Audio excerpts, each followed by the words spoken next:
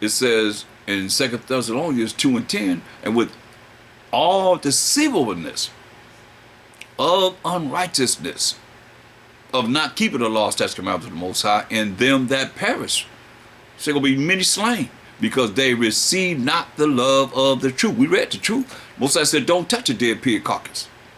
They had us sacrificing swine flesh and unclean beasts on an altar to the Most High. Come on, man, you can't get no wickeder than that. That they might be saved. See that? So listen, y'all talking about y'all saved in all these different religions and so forth. Listen to what it said. Verse 10, and with all deceivableness, all lies, of unrighteousness, of not keeping the law, statutes, commandments of the Most High, in them that perish, you're going to be put to death. He said, going to be many slain by the sword of Mashiach Yahushua, through the power of the Most High, because they received not the love of the truth. They received not the love of the laws of the Most High, the commandments of the Most High, the Most High's rules and regulations that he wrote with his finger, the work of the Most High. Listen, that they might be saved. Y'all talking about y'all saved. You ain't going to be saved. You ain't going to be saved. You ain't saved. You talking about you ain't under the law. Any of y'all talking about we ain't under the law. You not saved. Point blank. Saved is to be saved from your enemies and from the hand of all that hate you. That's salvation. Luke 1:68 to 71. And for this cause, if you don't want to follow the truth, you want to be unrighteous, the Most High shall send them strong delusions that they should believe a lie. You caught up in the great multitude of sorceries that they done use to deceive the nations. Witchcrafts and so forth. Y'all don't know. Better ask somebody. 2nd Ezra 13. You know I love this one. 2nd Ezra 13:9.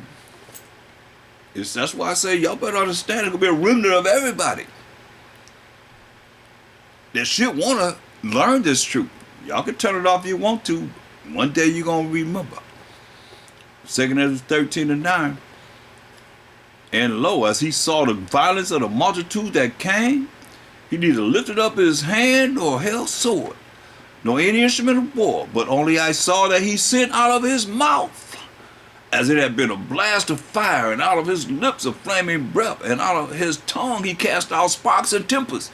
And they were all mixed together, the blast of fire, the flaming breath, and the great tempest, and fell with violence upon the multitude which was prepared to fight. The army, the navy, the marines, the air forces of all these nations prepared to fight Mashiach Yahushua. Prepared to fight. And what are you going to do? And burn them up. Everyone. Just the judgment. So that upon a sudden of innumerable multitudes going to be uncountable, unestimable.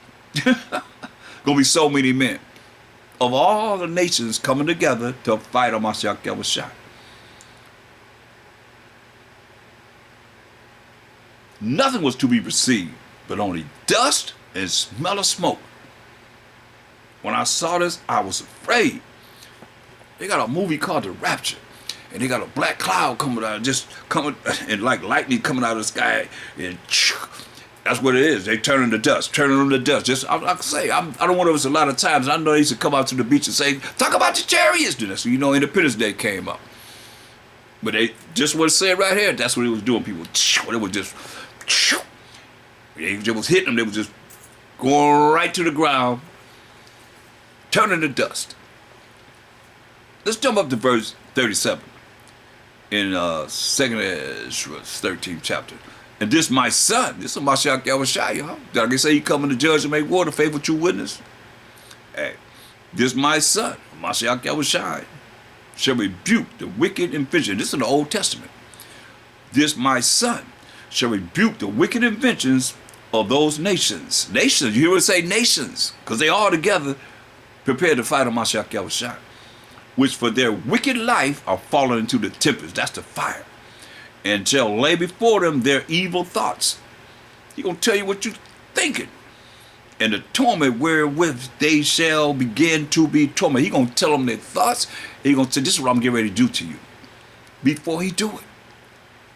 Which are like unto a flame. Like he said, by fire and by his sword. Will he plead with all flesh, right? And he shall destroy them without labor. By what? By the law. That you say you're not under. He gonna burn you up by the law. We done went to the law of you ain't supposed to eat no swine, no pig, no hog. Gonna see what the judgment is. We ain't got to the judgment yet. But he say he gonna destroy them without labor by the law, which is like unto fire. That's why Jeremiah 23:29 said, it's not my word like it's fire.